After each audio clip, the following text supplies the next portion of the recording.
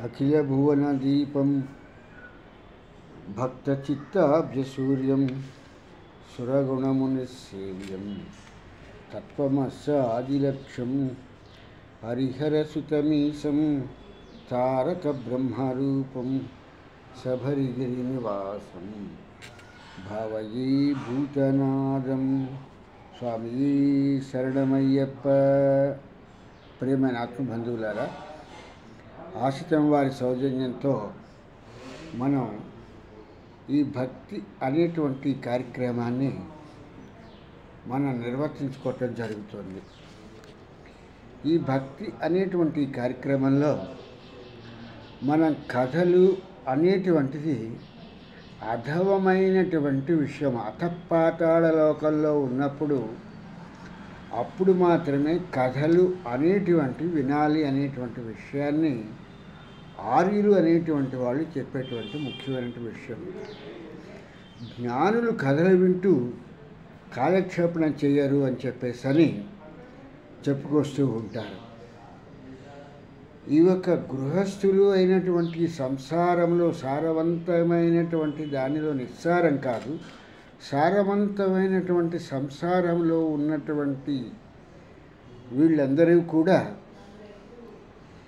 ఈ యొక్క మనుషులు అనేటువంటి వాళ్ళ జంతువులకైతే ఇవి ఉండదు, కానీ ఇది మానవులుగా తీసుకున్నప్పుడు ప్రకృతిలో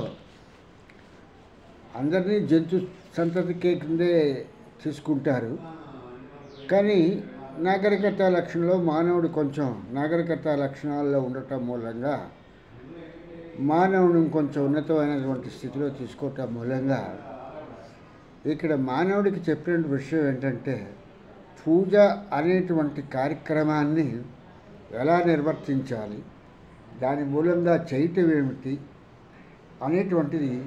ఈ యొక్క పూజ అనేటువంటిది కూడా అధమమైనటువంటి విషయమే తప్పితే ఇదేమి ఉన్నతమైనటువంటిది కాదు అనేటువంటిది ఋషి సాంప్రదాయం చెప్పేటువంటిది.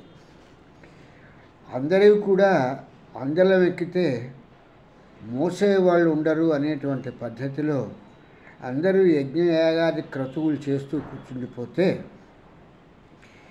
ఈ యొక్క ప్రపంచము అనేటువంటిది ఇది నడవాలి. కాబట్టి అందుకని చెప్పేసరి దీనికి ఈ యొక్క అధమమైనటువంటిది, ఈ యొక్క లోయెస్ట్ కేటగిరీలో తీసుకున్నటువంటిది ఈ యొక్క పూజా విధానము అనేటువంటి దాన్ని తీసుకోవటం జరిగింది. అంతే తప్పితే పూజ ఏదో గంటల తరబడి చేసేస్తే మనకేదో ముక్తి వచ్చేస్తుంది, పుణ్యం వచ్చేస్తుంది అని అనుకోవటం అనేటువంటిది ఏంటంటే, ఇది చాలా తెలివి తక్కువైనటువంటి పని అని చెప్పేసి అని అంటారు. కానీ పెద్దలైన వారు ఎవరు కూడా పూజ మానద్దని చెప్పేసని పూజ చేయమనే చెప్తారు తప్పితే పూజను వదిలేయమని చెప్పేసి అని చెప్పారు. ఇక్కడ ఒక అడ్మినిస్ట్రేషన్ అనేటువంటిది నడవాలి అని అంటే కింద ప్యూని దగ్గర నుంచి ప్రారంభిస్తే, ఆఫీసు క్లార్కుల దగ్గర నుంచి ప్రారంభిస్తే ఇది ఒక వ్యవస్థగా ముందుకు వెళుతూ ఒక ఆఫీసర్ అనేటువంటి వాడి వరకు కూడా, అధికారి అనేటువంటి వాడి వరకు కూడా ఇది ఒక వ్యవస్థగా ఉంటుంది.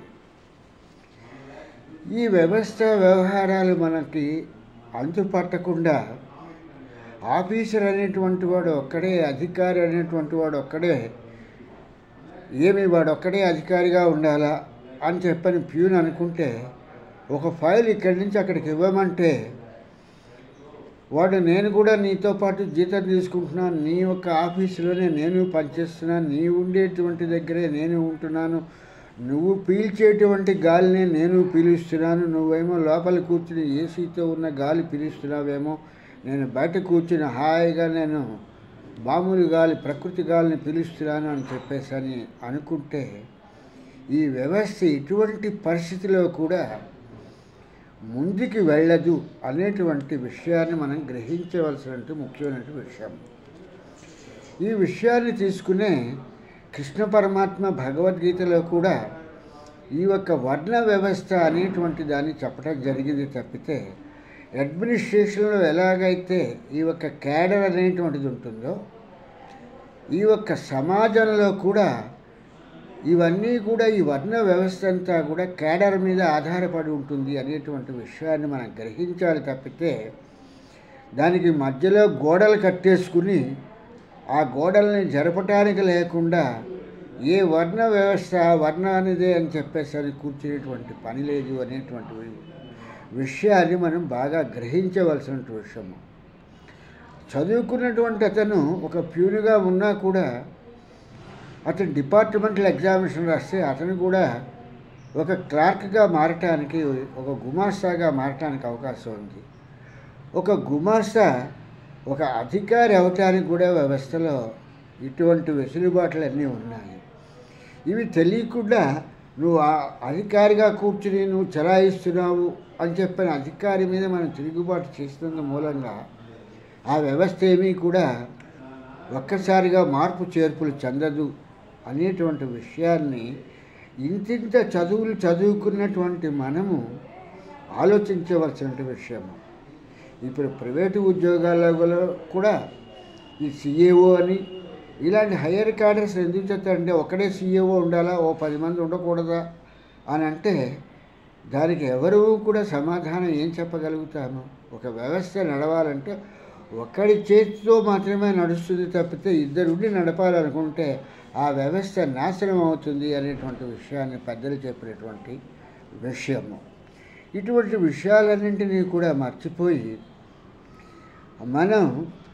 మనం చేయవలసిన విధులని మానేసి పైవాడి విధులని మనం చేస్తామని అనుకుంటే అలా కూడా ఆ వ్యవస్థ నడవదు అనేటువంటి విషయాన్ని ఇక్కడ మనం చాలా జాగ్రత్తగా గ్రహించవలసిన విషయం.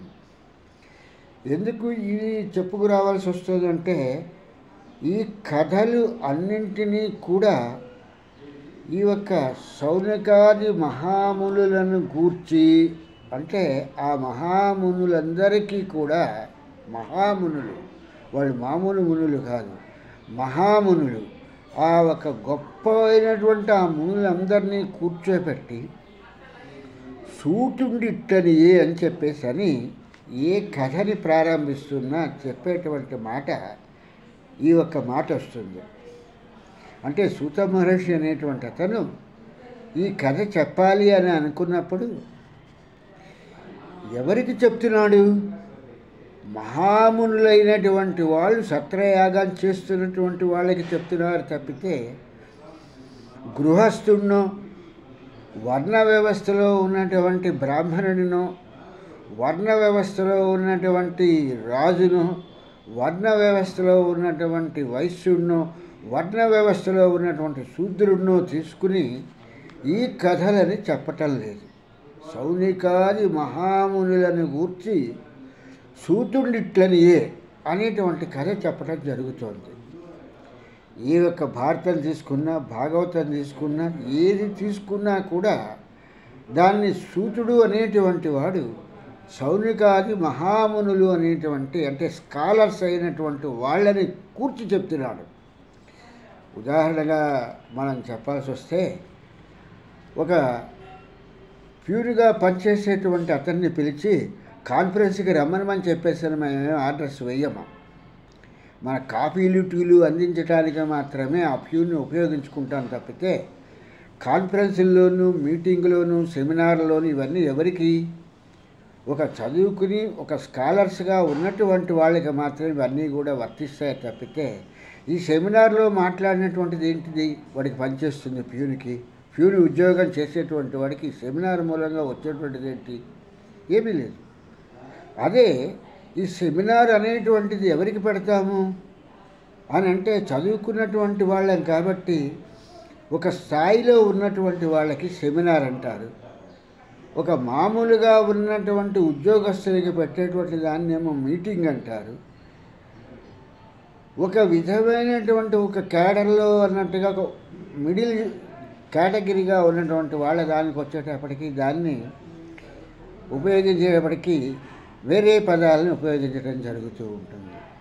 ఇవన్నీ ఇంత చదువుకుని ఇంత వ్యవస్థని ఇంత అడ్మినిస్ట్రేషన్ని నడుపుతున్నటువంటి మనము వర్ణ వ్యవస్థకు వచ్చేటప్పటికి దూరంగా ఉంచేశారు, లేకపోతే దగ్గరగా ఉంచేశారని చెప్పేసి అది మాట్లాడటం జరుగుతూ ఉంటుంది. ఏ వ్యవస్థ లేకపోయినా ప్యూను లేకపోయినా అడ్మినిస్ట్రేషన్లో నడవదా అంటే ఒక దగ్గర ఉన్నటువంటి వస్తువును ఇంకో దగ్గర తీసుకెళ్ళాలంటే ఈ అటెండర్స్ అనేటువంటి వాళ్ళు ఉండి తీరవలసినటువంటిది. అలాగే ఏ ఒక్క క్యాడర్కి ఆ ఒక్క వ్యవస్థలో వాళ్ళు ఆ ఒక్క పనులను చేయవలసిందే తప్పితే ఆ వ్యవస్థని మానేసుకుని నేను ఉన్నతమైనటువంటి నేను క్యాడర్లోనే పనిచేస్తానని అనుకుంటే ఏ వ్యవస్థ కూడా నడవదు అనేటువంటి ముఖ్యమైన విషయాన్ని ఇక్కడ మనం గ్రహించవలసిన విషయం. ఇటువంటి పరిస్థితిలో ఈ మాండూక్యోపనిషత్తులో ఏం చెప్పబడుతుందంటే, మాండూక్యోపనిషత్తులో ఈ మాండూక్యోపనిషత్తు మరొక విశేషం ఏమిటంటే తత్వాన్వేషణకు ఒక మార్గాన్ని స్పష్టంగా చెప్తున్నటువంటి విషయము. ఈ మాండూక్య ఉపనిషత్తు అనేటువంటి దాంట్లో ఈ ఋషి చెప్తున్నటువంటిది ఏంటంటే తత్వాన్వేషణ అనేటువంటిది ఎలా చెయ్యాలి అనేటువంటి దానికి వచ్చేటప్పటికీ ఈ తత్వాన్వేషణలో దీన్ని అన్వేషించాలి అనేటువంటి అంటే తెలుసుకోవాలి అనేటప్పటికీ ఈ తత్వాన్వేషణకి మార్గం ఏమిటి అంటే సూత్రం ఏమిటి? మార్గబంధువే శరణమయ్యప్ప అని చెప్పేసి అంటాము. రహదారిలాగా మనమే వెళ్ళటం కాకుండా మన వెనకాతల కూడా వచ్చేటువంటి వాడికి ఆ దారి కనిపించాలి అనేటువంటిది ఉంటుంది తప్పితే మనం ఏదో అడ్డతిడ్డంగా వెళ్ళిపోయి మనం గమ్యస్థానాన్ని చేరుకుంటామని కాకుండా మన వెనక వచ్చేటువంటి వాళ్ళు కూడా ఆ మార్గంలో చక్కగా రావాలి అనేటువంటి పరిస్థితిలో ఈ ఋషి సాంప్రదాయం అంతా కూడా ఆలోచించి ఈ తత్వము అనేటువంటి దాని గురించి వాళ్ళు అన్వేషణ చేసి దానికి ఒక మార్గాన్ని అనంటే ఒక దారిని వాళ్ళు ఏర్పాటు చేయటం జరిగింది. ఈ ఏర్పాటు చేసినప్పుడు ఈ యొక్క తాత్విక సాహిత్యం అంతటిలో ఈ తత్వాన్ని గురించి తెలుసుకోవాలి అంటే ఉపనిషత్తుల మూలంగా మాత్రమే మనకి తత్వం తెలుస్తుంది తప్పితే ఈ యొక్క పురాణాలు అనేటువంటి కథలను చదువుతున్నంతకాలం మనకి అందులో ఉన్నటువంటి తత్వము అనేటువంటిది ఏదైతే చెప్పబడిందో ఆ విషయం మనకి అర్థం కాదు. ఎందుకు అర్థం కాదు అంటే విద్యార్థికి తెలివితేటలు ఉంటే నిజంగా తను చదివేటువంటి టెక్స్ట్ బుక్ని చదువుకుంటే అతను ఆ ఒక ఎగ్జామినేషన్ ఆ ఒక పరీక్షలో ఉత్తీర్ణుడు అవడానికి ఆ ఒక టెక్స్ట్ పుస్తకమే చాలు, ఆ ఒక పాఠ్య గ్రంథమైనటువంటి పుస్తకమే చాలు. కానీ ఈ విద్యార్థి అత్యవసర మార్కులతో పాస్ అయ్యేటువంటి విద్యార్థి అయ్యుండి గైడ్ల మీద ఒక 5 సంవత్సరాల క్రితం ఇచ్చినటువంటి ప్రశ్నోత్తరాలను తీసుకుని దానికి ఉన్నటువంటి జవాబుల్ని తీసుకుని చదువుకుని ఎగ్జామినేషన్కి వెళ్ళేటువంటి వాడికి ఈ ఒక టెక్స్ట్ బుక్ చేతిలో పెట్టి నువ్వు దీన్ని చూసి నీ ఒక ఆన్సర్ రాయమని చెప్పినా కూడా వీడు రాయలేని పరిస్థితిలో ఉంటాడు. అట్లాగే ఈ యొక్క వేదాలని కానీ ఉపనిషత్తుల్ని కానీ మన చేతిలో పెట్టినప్పటికీ కూడా ఇందులో ఉన్నటువంటి విషయాన్ని ఈ తత్వజ్ఞానాన్ని మనం తెలుసుకోవాలి అని అంటే ఇది అంత తేలికైనటువంటి విషయంగా ఉండదు అనేటువంటి విషయాన్ని గ్రహించి ఈ యొక్క వేదవ్యాసుల వారు అలాగే ఆదికవైనటువంటి ఈ యొక్క రామాయణం రాసినటువంటి వీరు అందరూ కలిసి కథా సంగ్రమణంగా దీన్ని రాయటం జరిగింది తప్పితే ఇలా కథారూపంగా ఈ రామాయణ భారత భాగవతాల్ని రాయటం జరిగింది. వాల్మీకి కూడా ఎందుకు అంతవరకు కూడా ఉన్నటువంటి ఉపనిషత్తులు వేదాలు ఈ యొక్క అరణ్యకాలు ఇవన్నీ ఉంటున్నా కూడా అంటే కృతయుగం నుంచి త్రేతాయుగంకి వచ్చేటప్పటికే మనుషులలో జ్ఞానము అనేటువంటిది కొంత పరిణామం అనేటువంటిది తగ్గటం తటస్థించింది.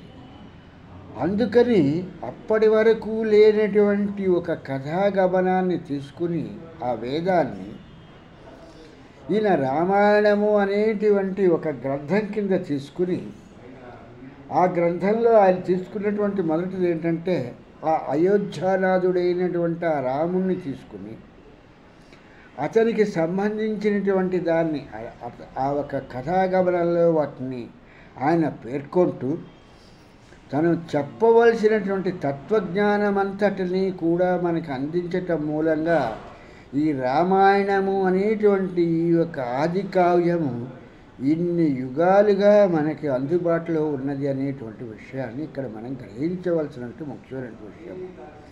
వేదంలో ఏమున్నది అనేటువంటి విషయాన్ని మనకి ఆ వేదాన్ని చదువుకున్నటువంటి వాళ్ళు మాత్రమే వివరించగలరు. కానీ ఈ యొక్క వాల్మీకి మహర్షి రాసినటువంటి ఈ రామాయణాన్ని ఆ మాత్రం ఈ మాత్రం చదువు ఉన్నటువంటి వాడైనా సరే, విద్య లేకపోయినా కనీసం చదువుకున్నవాడైనా దాంట్లో ఉన్నటువంటి కథా గమనాన్నైనా చెప్పగలిగేటువంటి పరిస్థితిలో ఉంటాడు అనేటువంటి విషయాన్ని ఆలోచించి మొట్టమొదటి ఆది కావ్యం అనేటువంటి ఈ రామాయణాన్ని ఈ యొక్క వాల్మీకి మహర్షి రాయటం జరిగింది. ఈ వాల్మీకి మహర్షి రాసినటువంటి ఈ రామాయణం మామూలుగా ఉండేటువంటి వాళ్ళందరికీ అది ఒక కథా గమనంగా పనిచేస్తుంది. అలా కాకుండా తత్వశాస్త్రవేత్తలైనటువంటి వాళ్ళకి అది తత్వగ్రంథంగా ఉంటుంది. అందులోని విషయాలన్నీ కూడా తత్వానికి సంబంధించినటువంటి విషయాలుగానే ఉంటాయి. ఈ తత్వము అనేటువంటి దేని మీద ఆధారపడుతుంది అని అంటే ప్రకృతి మీదే ఆధారపడుతుంది. ఈ ప్రకృతి మీద ఆధారపడ్డప్పుడు ఈ ప్రకృతి నుంచి మాత్రమే వీటిని మనం తెలుసుకోవటం అవుతుంది అనేటువంటి విషయాన్ని మనం చాలా చక్కగా గ్రహించవలసినటువంటి ముఖ్యమైనటువంటి విషయము. ఇటువంటి ముఖ్యమైనటువంటి విషయాలన్నింటినీ కూడా మనం వివరణలోకి తీసుకోకుండా దేహము అనేటువంటిది ఏంటంటే దీన్ని ఉపాధి అని చెప్పేసి అంటారు. ఈ దేహము అనేటువంటిది జడ పదార్థము, అంటే కదలిక లేనటువంటిది, అంటే చలనము లేనటువంటి దాన్ని దేహము అని చెప్పేసి అంటారు. ఈ దేహం కదలాలి చేయాలి అని అంటే దీనికి ఒక ప్రాణము, జీవుడు, ఆత్మ అనేటువంటి మూడు కూడా ఉండాలి అనేటువంటి దాన్ని తీసుకుని చెప్పడం జరుగుతోంది. దీన్నే శ్రీకాకుళం జిల్లాలోను ఆ ఒరిస్సా రాష్ట్రం వైపు ఏం చెప్తారంటే త్రినాథ స్వామి వ్రతము అని చెప్పేటువంటి ఒక వ్రతాన్ని ఇక్కడ చెప్పడం జరుగుతూ ఉంటుంది. ఒక బ్రాహ్మణుడు చాలా కడు బీదవాడు.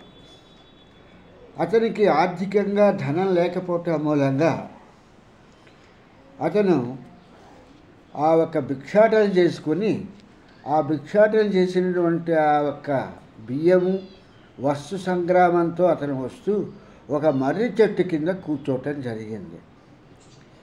ఈ యొక్క బ్రాహ్మణ్ణి కరుణించినటువంటి ఆ త్రినాథులు అనేటువంటి ముగ్గురు నాథులు బ్రహ్మ, విష్ణు, మహేశ్వరులు అనేటువంటి వాళ్ళు ఆ బ్రాహ్మణ్ణి కరుణించి తమని పూజిస్తే నీకు చాలా సకల శుభాల్ని ఇస్తాము అని చెప్పేసరి చెప్పటం జరిగింది.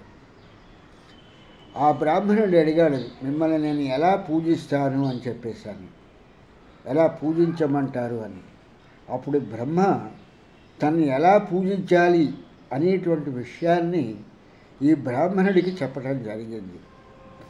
ఈ మర్రి ఆకులు తీసుకొచ్చి తోరణాలుగా కట్టి మర్రి ఆకులతో మండపాన్ని ఏర్పాటు చేసి బ్రహ్మ, విష్ణు, మహేశ్వరులు ఉన్నటువంటి ఈ యొక్క చిత్రపటాన్ని తీసుకొచ్చి ఈ యొక్క త్రినాథ స్వామి వ్రతం చేయవయ్యా, దీంట్లో కావాల్సింది ఏంటంటే గోధుమ పిండితో నీవు నీళ్ళతో తడిపేసి దాన్ని 3 ముద్దలుగా చేసి మాకు నైవేద్యం చేయమని చెప్పేటప్పటికల్లా ఆ బ్రాహ్మణుడు ఆ మరుసటి ఆదివారం నాడే ఈ యొక్క వ్రతాన్ని చేశాడు.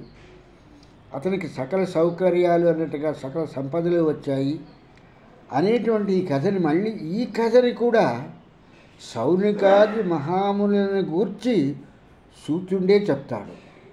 ఏ కథ చెప్పినా కూడా సూతుడు చెప్పాలి, శౌనికాది మహామునులు వినాలి. ఇలా చెప్పకుండా సూత్రుడు చెప్పకుండా చెప్పటం కాదు. తత్వశాస్త్రానికి వచ్చేటప్పటికీ ఈ యొక్క తత్వశాస్త్రంలోకి వచ్చేటప్పటికీ ఋషి సాంప్రదాయాలు ఎలా మాట్లాడతామంటే 7 అవయవాలు శృతి, వేదము అనేటువంటివి మరొక చోట ఛాందోపనిషత్తులో ఒకలాగా చెప్పబడుతుంటుంది. ఇప్పుడు నేను చెప్తున్నటువంటిది మాండూక్యోపనిషత్తులో అనేది నేను చెప్తున్నాను. ఈ మాండూక్యోపనిషత్తులో చెప్తున్న విషయాన్నే ఇంకో దగ్గరకు వచ్చేటప్పటికీ ఛాందోపనిషత్తులో ఇక్కడ ఎలా చెప్పబడుతుందంటే 7 అవయవాలు శృతి, వేదము అనేటువంటివి ఈ ఛాందోపనిషత్తులో వేరేలాగా చెప్పబడుతోంది. వైశ్వానరుడు అనేటువంటి వాడు ఈశ్వరుడే ఈ యొక్క దేహాన్ని పరిపాలిస్తూ ఉంటాడు అని చెప్పడం జరుగుతుంది. ఈ వైశ్వానుడు అనేటువంటి వాడు ఈ విశ్వసుని తల అనేటువంటిది, ఈ యొక్క వైశ్వానుడి తాలూకు తలే స్వర్గం అని చెప్తూ ఉంటారు. స్వర్గం అంటే ఆ స్వర్గంలో ఏదో ఇంద్రుడు ఉంటాడు, రంభ ఉంటుంది, లేకపోతే మేనక ఉంటుంది, వాళ్ళు ఏదో నృత్యాలు చేసేస్తూ ఉంటారు. ఆ స్వర్గాన్ని పొందటానికి మనం పూజలు, పునస్కారాలు, నదుల్లో స్నానాలు చేసేస్తే మనకు స్వర్గప్రాప్తి వచ్చేస్తుంది, ఏదో పుణ్యం వచ్చేస్తుంది అని అనుకుని చేసేటువంటిది ఉపనిషత్తులు ఇలాంటి పిచ్చి మాటలు చెప్పము. ఉపనిషత్తు ఏం చెప్తుందంటే ఈ యొక్క స్వర్గము అనేటువంటిది వైశ్వానుడి తాలూకు తలయ్య, కళ్ళేమో సూర్యుడు, అలాగే ఊపిరేమో వాయువుకు సంబంధించింది. ఈ ఊపిరితిత్తులు అనేటువంటి వాయువుకి సంబంధించింది. శరీరము అనేటువంటిది ఆకాశము అనేటువంటి దానికి సంబంధించినటువంటిది. ఈ యొక్క మూత్రస్థానము అనేటువంటిది జలమని, పాదాలకు సంబంధించినటువంటి దాన్ని భూమి అని చెప్తోంది అని ఛాందోపనిషత్తులో ఇటువంటి వాటి గురించి వర్ణించడం జరుగుతోంది. దీన్నే భగవద్గీతలో చెప్పేటప్పటికీ విరాట్ పురుషుడిగా ఆయన ముఖం బ్రాహ్మడు, ఆయన తాలూకు బాహువులు రాజులు, ఆయన తాలూకు తొడలు వైశ్యులు, ఆయన పాదాలు శూద్రుడు అని అన్నారని భగవద్గీతలో చెప్పడం జరుగుతోంది. కానీ ఇది ఛాందోపనిషత్తులో ఎలా చెప్పబడుతోందంటే ఈ ముఖము అనేటువంటి దాన్నంతటిని కూడా శిరస్సుగా తీసుకొని, ఈ శిరస్సు అనేటువంటిది వైశ్వానుడు అనేటువంటి వాడి తాలూకు భాగాన్ని తల అని అంటారు. ఈ కళ్ళు ఏవైతే ఉన్నాయో ప్రకృతిలో ఉన్నటువంటి ఈ సూర్యుడిని ఈ ఒక కళ్ళగా చెప్పడం జరుగుతుంది. మనం పీల్చేటువంటి ఈ ఊపిరిని, మనం తీసుకునేటువంటి ఈ ఊపిరితిత్తులోకి వెళ్ళి వచ్చేటువంటి ఈ యొక్క దాన్ని, ఈ యొక్క వాయువుని, ఈ ఊపిరిని వాయువు అనేటువంటి అంటే పంచభూత తత్వంగా చెప్పుకొస్తున్నటువంటి దీంట్లో ఈ యొక్క దీన్ని చెప్పడం జరిగింది. ఈ ఊపిరిని వాయువు అని గాలి, వాయువు అని చెప్పడం జరుగుతుంది. శరీరం అనేటువంటిది ఏదైతే దేహం ఉందో ఈ దేహం అంతటినీ కూడా తీసుకుని, జడమైన పదార్థమైనటువంటి శరీరాన్ని అంతటినీ కూడా తీసుకుని ఆకాశము అనేటువంటి దానికి చెప్పడం జరిగింది. ఏదైతే మూత్రస్థానము అనేటువంటిది ఉందో దాని జలస్థానము అని చెప్పడం జరిగింది. పాదాలు అనేటువంటివి భూమి అని దీని గురించి చెప్పడం జరిగింది. అంటే ఎందులో తీసుకున్నప్పటికీ కూడా విరాట్ పురుషుడి రూపం చెప్పినా, లేకపోతే ఛాందోపనిషత్తులో చెప్పినటువంటివి తీసుకున్నా కూడా ఇలాగే ఉంటుంది. అంటే బేసికల్గా చెప్పాల్సి వస్తే ఈ యొక్క పాదాలు లేకుండా ఇంత దేహం నుంచి ఉంటుందా? ఈ ఆకాశం నుంచోవాలి అని అంటే ఏం కావాలి? భూమి అనేటువంటి పాదాలు కావాలి. ఈ భూమి అనేటువంటి పాదాలతో ఈ దేహం ఉంటున్నప్పుడు ఈ దేహం ఒక్కటే ఉండిపోతుందా? ఈ దేహం పనిచేయాలి అని అంటే దీనికి ప్రాణవాయువు కావాలి. ఈ ప్రాణవాయువు కావాలి అని అంటే ఏం కావాలి? ఊపిరి కావాలి. ఈ దేహానికి ఊపిరి అందుతూ ఉండాలి, జడంగా కాకుండా ఆ ఒక ఊపిరితో ఇది ఉండటానికి కావలసినటువంటి కావాలి. ఇదే కాకుండా ఒక వస్తువుని మనం చూడాలి అంటే సూర్యుడు అనేటువంటి వాడు మనకి ఈ యొక్క కళ్ళ రూపంలో ఉండటం మూలంగా ఈ యొక్క నేత్రాలే సూర్యుడు అని చెప్పటానికి ఈ యొక్క కళ్ళు కావాలి. అలాగే ఈ కళ్ళ దాకా వచ్చిన తర్వాత ఈ శిరస్సు అనేటువంటి దానికి వచ్చేటప్పటికి ఈశ్వరుడే వైశ్వానరుడు అనేటువంటి పరిస్థితిలో ఈ శిరస్సు అనేటువంటిది కావాలి. ఇదే విశ్వరూపము అనేటువంటి విషయాన్ని ఈ మాండికోపనిషత్తులో ఈ యొక్క ఋషి చెప్తూ అతనికన్నా ముందు చెప్పినటువంటి ఛాందోపనిషత్తులో ఉన్నటువంటి ఈ విషయాన్ని క్రోడీకరించడం జరుగుతుంది.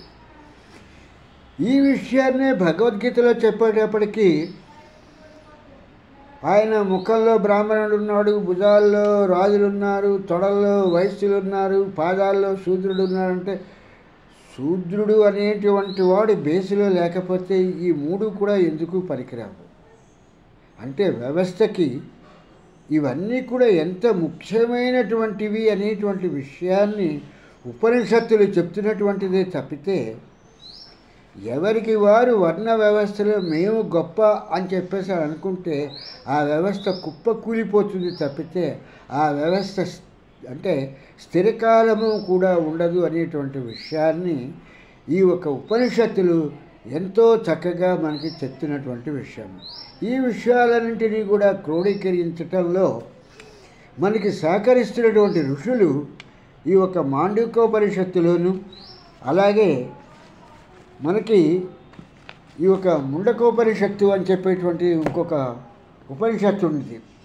ఇటువంటి ఉపనిషత్తులన్నింటిలో కూడా ఈ యొక్క ముండకోపనిషత్తు అని చెప్పేటువంటిది ఒకటి, అలాగే కఠోరోపనిషత్తు అని ఒకటి, ప్రశ్నోపనిషత్తు అని ఒకటి. ఇలాంటి ఉపనిషత్తులన్నీ కూడా కథలని చెప్పలేదు, వాస్తవాలని చెప్పాలి. మనిషి ఉన్నటువంటి దేహాన్ని తీసుకుని ఆ దేహంలో ఎవరెవరు ఉన్నారు, ఈ యొక్క ప్రకృతిలో ఉన్నటువంటి వస్తువులన్నీ కూడా ఎక్కడున్నాయి అనేటువంటి విషయాన్ని చెప్పటం జరిగింది. వీటినే తీసుకుని కథాగమనంలో చెప్పటం జరిగింది. సీత అనేటువంటి ఆవిడ్ని తీసుకుని ప్రకృతిగా చెప్పటం జరిగింది. ఈ యొక్క ప్రకృతిగా చెప్పినప్పుడు ప్రకృతి, పరాప్రకృతి, అపరాప్రకృతి, మాయ అనేటువంటి స్థితికి వచ్చేటప్పటికల్లాను ఈ సీతే ఈవిడ వైదేహిగా మారిపోయింది అనేటువంటి విషయాన్ని మనకి ఈ యొక్క వాల్మీకి మహర్షి చెప్పటం జరిగింది. ఇటువంటి విషయాలు ఏవీ కూడా మనకి తెలియకుండా ఒక రామాయణ గ్రంథాన్ని తీసుకుని మనం చదివితే ఎల్ల కాలము చదివితే మనం చనిపోయే వరకు చదివితే అదే కథ చెప్పితే వేరొకటి మనకి తెలియని కాక తెలియదు అనేటువంటి ముఖ్యమైన విషయాన్ని తెలుసుకొని ఆ వెంకటనాథుడి తాలూకు అనుగ్రహంతో